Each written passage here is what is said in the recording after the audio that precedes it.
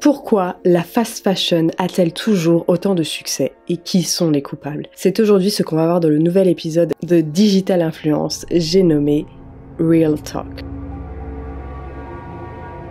L'époque de lookbook.nu, alias l'ancêtre de Pinterest à l'époque, je ne sais pas si vous vous souvenez, est désormais très loin. L'époque où on devait être une blogueuse mode pour parler de vêtements. Désormais, n'importe qui peut prendre son iPhone et filmer son butin, ou plus communément son haul. Le haul ou plus communément en français le fameux retour de course, déballage de produits qu'on vient d'acheter, c'est un concept qui a été mis en lumière par les États-Unis, en tout cas qui a été popularisé là-bas, qui a été repris notamment dans les années 2016 à 2018, qui ont eu des succès faramineux en termes de vues sur YouTube. Tout le monde s'est emparé du phénomène et il y allait de son haul en fonction de son magasin favori. Donc ça pouvait très bien aussi bien toucher le retour de course, la mode, les produits cosmétiques, mais là où ça a vraiment pris une ampleur incroyable, c'était notamment lié à la fast fashion. Sauf qu'on se rend compte en cette année 2022 que les hauls, ce filon en fait, s'est énormément essoufflé. On s'est rendu compte dans ces fameux hauls qu'il y avait notamment des marques très chères, beaucoup de sponsorisation cachée, étalement de richesse infinie, bref, un manque d'authenticité criant et finalement les créateurs ont pour la plupart délaissé ce format de vidéo au profit d'autres formats plus rémunérateurs. Ce format haul finalement permettait de mettre en valeur toutes ces marques de fast fashion, sans compter le fait que dans ces hauls, vous ne le saviez peut-être pas, mais c'est notamment comme ça que Noolita a créé de toutes pièces son empire financier avec, à savoir, les liens d'affiliation. Les liens d'affiliation, qu'est-ce que c'est? Je vous l'explique un petit peu plus précisément dans ma story Instagram, mais il s'agit en réalité de liens traqués qui vont générer en fait une rémunération sur le pourcentage des ventes qu'elle va générer grâce à ce lien. Et donc, chaque créatrice et créateur de contenu y allait de son haul et mettait plein de liens affiliés.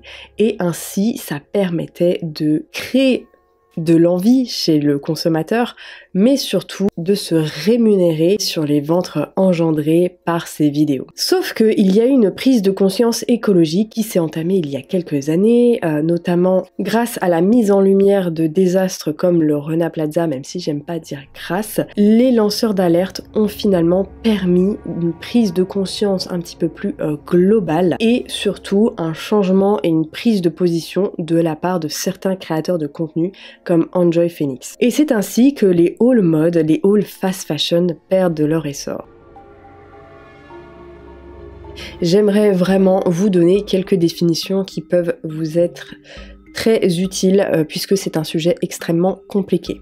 Alors déjà, la première définition que j'aimerais aborder, c'est la fast fashion qui a été créée en tout cas dans les années 90, qui s'est vraiment développée dans les années 2000. Comme son nom l'indique, est de la mode rapide, pas cher et facile d'accès. Il y a beaucoup de collections, à savoir 36 à 52 par an, avec des prix plutôt moyens. Et notamment comme exemple phare de la fast fashion, on a bien entendu Zara et tout le groupe Inditex, H&M, Kiabi, Mango. J'aimerais qu'on différencie l'ultra fast fashion. Je ne sais pas si vous connaissez ce terme qui est assez nouveau. En fait, il s'agit d'une mode ultra rapide, encore moins cher et qui est principalement vendue uniquement en ligne pour faire baisser d'autant plus les coûts. Et bien là, on va retrouver comme exemple de marque le groupe Boohoo avec Pretty Little Thing, PLT, Nasty Gal, Missguided ou encore Shein. Le concept de slow fashion, quant à lui, c'est littéralement la mode doucement. Ça englobe des marques qui sont, on va dire, proches de nous, géographiquement parlant, donc ça va dépendre de chaque pays dans lequel on se trouve. Si on est en France, on va qualifier de slow fashion une marque qui va plutôt être faite du côté de l'Europe, ou du moins voilà, dans un cercle restreint, et qui, en peu de nouvelles collections, ont des matières respectueuses de l'environnement, bio, naturelles, avec une traçabilité certifiée, mais qui est bien souvent plutôt onéreuses. Et on a bien entendu la seconde main, c'est tout ce qui peut être acheté en fait de seconde main, y compris d'ailleurs la fast fashion avec une étiquette. Et donc là par exemple on a tout ce qui est friperie, Vinted, Vestiaire Collective, Le Bon Coin, etc. Mais pourquoi la fast fashion fonctionne-t-elle encore? Et qui sont les coupables de ça? Et comment le concept de haul a été retravaillé pour connaître un succès assourdissant? Eh bien simplement jusqu'à l'avènement de deux mastodontes qui ont dépoussiéré ces types de contenus. J'ai nommé TikTok et Shein. TikTok qui est à la base un réseau social qui cible majoritairement les jeunes, mais qui a aussi un algorithme ultra développé et addictif, et qui saura cibler parfaitement ce que vous appréciez. Shein, quant à lui, on l'a brièvement évoqué, c'est un groupe d'ultra fast fashion chinois qui propose des articles à des prix imbattables et des dupes de maisons de haute couture ou de marques indépendantes, et ça de façon ultra rapide, et qui a connu son essor notamment grâce à YouTube et à ses multiples envois de vêtements gratuits contre de la création de vidéos YouTube, à laquelle à l'époque j'ai moi-même participé quand je travaillais dans la fast fashion. Ce marketing-là, envoyer des vêtements pour de la création YouTube, ça s'appelle du marketing d'influence. Et ce qui est intéressant, c'est que Shein a totalement délaissé le marketing d'influence sur YouTube au profit de TikTok. Mais comment expliquer le succès de Shein? En 2021, Shein était la première app téléchargée devant Amazon, et ça notamment grâce au marketing d'influence,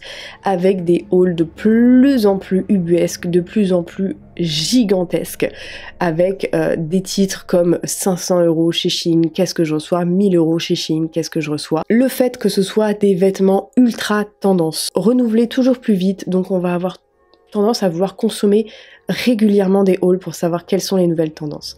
Et ce qui est intéressant, c'est qu'il faut en moyenne 3 jours de confection pour créer, pour analyser une tendance, et qu'ils sortent environ 500 à 4000 produits, 4000 nouveautés par jour. Je sais pas si vous vous rendez compte de l'énormité de la chose. Pour avoir travaillé dans un grand groupe de fast fashion, les collections sont designées minimum 1 an à l'avance, et nous avons des books pour savoir quelle collection va sortir quand, et ça on le sait 1 an en amont. Donc il y a minimum 1 an et demi entre l'élaboration des collections et la mise en rayon en magasin. Il y a également des promotions absolument partout, tout le temps sur le site, et là je vais vous renvoyer sur la très très bonne vidéo d'analyse de Is No Good qui parle de mode éthique, donc si ça vous intéresse, elle analyse toutes les marques de mode éthique. On a également énormément des bons de réduction sur les renvois d'anciens vêtements Shein, on a d'ailleurs la mise en avant des corps, d'un certain type de corps avec des normes de beauté très très précises. On a également des grandes tailles,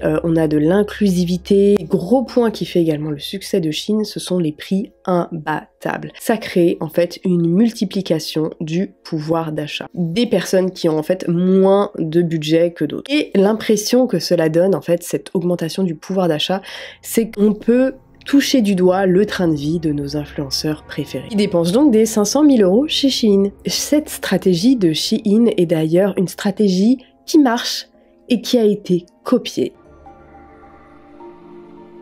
Mais comment redonner un second souffle à une marque de fast fashion en perte de vitesse? Eh bien, tout simplement en utilisant le marketing d'influence. Et j'ai le meilleur exemple sous la main. Il s'agit bien entendu de Lena Situation, qui a réussi à redresser la marque Jennifer. En 2018, Jennifer est rachetée car en grosse perte de vitesse, et le groupe qui la rachète mise tout sur l'influence marketing pour se relancer. Et choisissent une influenceuse ultra tendance à la pointe de la mode, j'ai nommé Lena Situation, qui fait à l'époque fureur. Et ils vont vraiment calquer, si vous voulez, les pièces sur l'ultra fast fashion, sur le modèle de Shein. Ils vont faire des pièces très peu chères, des quantités ultra limitées, et même donner des vêtements totalement gratuitement, comme notamment ça a été le cas avec Lena Situation, si on avait un vêtement offert si on se présentait à la caisse du magasin. Et donc ainsi ils reprennent tous les codes de l'ultra fast fashion, et on le retrouve même très clairement écrit sur un t-shirt: It cost $0 to be a nice person. Sauf que ce vêtement a un coût. Le slogan d'ailleurs de Lena Situation n'est pas si hasardeux que ça. Plus égale accumulation. Mais on va y revenir plus tard. J'aimerais tout d'abord analyser la mode qu'on va retrouver dans la pop culture en vous citant quelques séries avec lesquelles on a grandi et avec lesquelles on a sûrement été influencé malgré nous. D'abord Sex and the City, c'est l'histoire de trentenaires qui cherchent l'amour à New York, dont l'héroïne a le plus grand des dressings et qui s'épanouit dans l'achat de chaussures vraiment de façon maladive. L'histoire de ces chaussures est reliée justement à son plus grand amour. Dans la série Bridgerton, c'est aussi intéressant de noter que porter la même robe déjà à l'époque était mal vu et te représentait finalement comme un citoyen de seconde zone. Le diable s'habille en Prada, Ugly Betty, le destin de Lisa, c'est assez marrant de remarquer que c'est exactement le même schéma qui se met en place, et une fois que la femme est relookée et bien habillée, qu'elle obtient de la réussite. Donc également Dynasty, ce sont effectivement des gens extrêmement fortunés avec des looks de folie. Alors effectivement c'est travaillé pour, mais ils changent tout le temps de look, ne reportent jamais les mêmes vêtements, et en fait ça nous donne envie, on a envie de ressembler au personnage favori de notre série préférée. Elite aussi, qui est très intéressant à analyser, des étudiants qui sont majoritairement en uniforme, qui révèlent en fait finalement leur statut social une fois qu'ils enlèvent leurs uniformes. Bien évidemment comme série sur la mode, mais un petit peu moins appréciée par les Français et notamment les Parisiennes, on a bien entendu Emily in Paris, et Euphoria qui a joué un rôle majeur, qui a notamment généré plus d'1,3 million de recherches en ligne, environ 800 000 requêtes sur le make-up et 500 000 requêtes sur la mode. Ce sont des chiffres qui sont sans égal à ce jour. Et ce qui est intéressant de noter avec toutes ces séries, ces films, ceux dans quoi on a grandi dans cet environnement, il est important de remarquer qu'en fait si le stylisme n'est pas très présent, c'est pour montrer la normalité, la banalité des personnages, comme on peut très bien le voir notamment dans la série Good Girls, Malcolm ou même Desperate Housewives, quand Gabi décide de vendre toute sa garde-robe pour garder sa famille à flot. On grandit dans cet univers qui nous montre qu'être bien habillé, être bien apprêté, c'est sortir de la normalité, c'est sortir de la banalité. Mais finalement, pourquoi aime-t-on tant la fast fashion? Alors déjà, première raison, c'est qu'on peut s'intégrer notamment dans un groupe car on suit les tendances, on n'est pas un outsider, hein, on s'intègre au groupe. D'ailleurs on l'a tous déjà expérimenté, on a tous demandé déjà à notre maman de nous acheter la dernière paire de chaussures à la mode pour faire comme les copains et copines parce qu'on était les seuls à ne pas les avoir. On a également une deuxième raison qui est de dégoter des vêtements pas chers, des trouvailles. Finalement c'est un petit peu comme si on était des chasseurs de trésors, on va dans tous ces magasins et on cherche l'article le moins cher qui nous sublimera, le fameux dupe d'une grande marque, voilà. Et c'est finalement un petit peu ce que le haul est là pour nous montrer, hein, on est des chasseurs de trésors. On a bien évidemment cet aspect de mode pour se différencier, sortir du lot, mais aussi une autre raison, c'est pour avoir un meilleur statut social. Si on adopte certains codes vestimentaires, on sera peut-être plus pris au sérieux par l'entourage, l'employeur,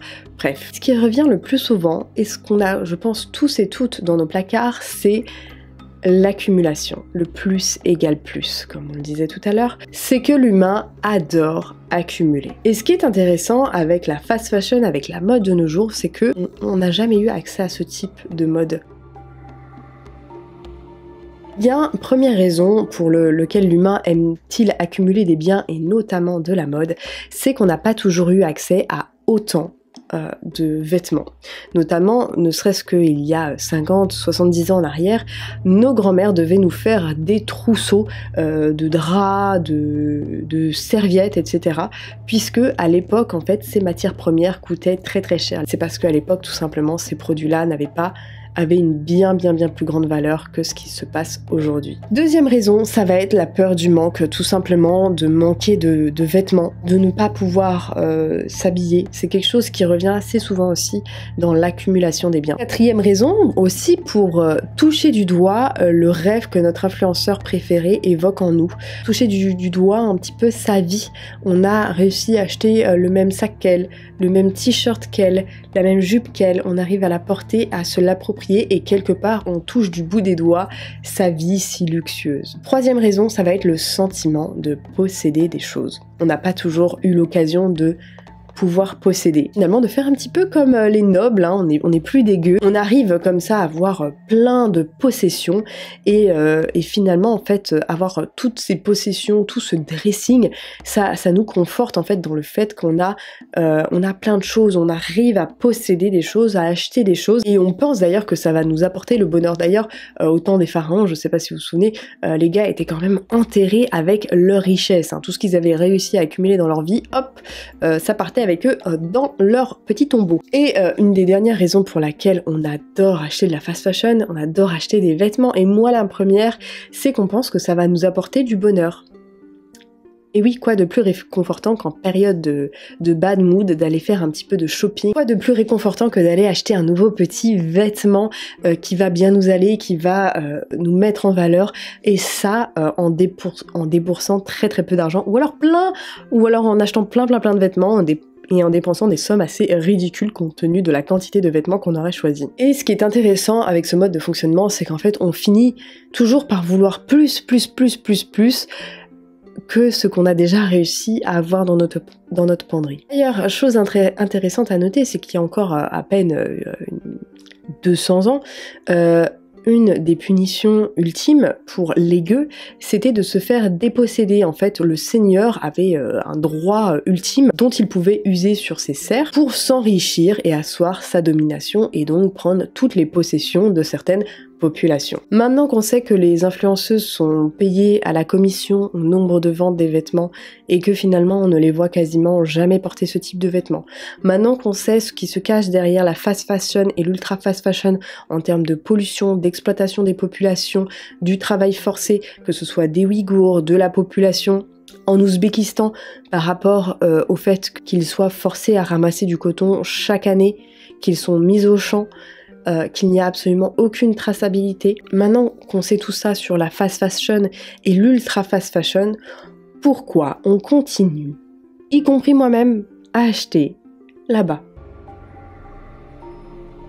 Qui sont les coupables de ça? Est-ce que ce sont les influenceuses qui continuent à faire des hauls, à nous montrer leurs pièces, à nous montrer ce qu'elles achètent, qu'elles continuent à se faire rémunérer par des marques comme le groupe Inditex qui récemment s'est mis au marketing d'influence, ou encore le groupe Boohoo qui promeut de l'ultra fast fashion dans des conditions déplorables? Est-ce que ce sont les consommateurs qui continuent à acheter ce genre de marque? Est-ce que ce sont les marques? Qui est-ce qu'on doit blâmer pour tout ça? Et pourquoi n'achetons-nous pas plus de slow fashion? Ce qui est intéressant dans ce sujet, c'est que on se rend compte que c'est toujours les mêmes personnes qui culpabilisent les autres.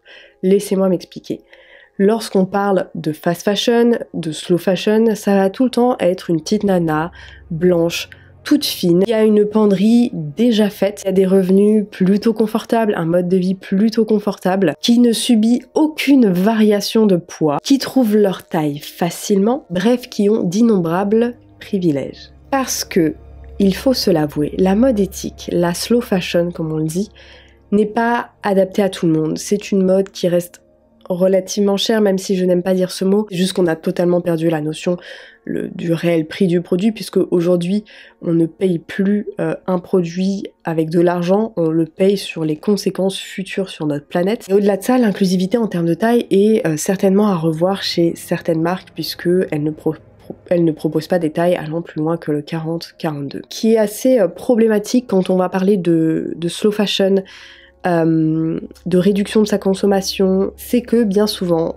les personnes qui parlent de ça vont culpabiliser les personnes qui consomment comme on nous l'a appris finalement. Ils vont dire « Ah mais tu consommes Chine, donc tu soutiens le travail des Ouïghours, tu participes à cela, tu participes à détruire la planète, donc t'es forcément une mauvaise personne. » Et donc ça va amener du jugement, ça va aussi amener du signalement de vertu, ça va amener forcément un agacement de la personne qui va se sentir jugée, ou en tout cas qui va ressentir cette culpabilisation de « T'es une mauvaise personne, tu abîmes la planète », avec ta robe à 5 € faite par des enfants ouïghours au fond d'un entrepôt qui menace de s'effondrer, polluer la planète avec toutes les teintures qui se sont répandues là dans la nature, t'as donné du cancer, t'as donné le cancer aux gens, ça va créer finalement une espèce de dissonance cognitive chez certaines personnes et elles vont vouloir masquer ça sous le tapis.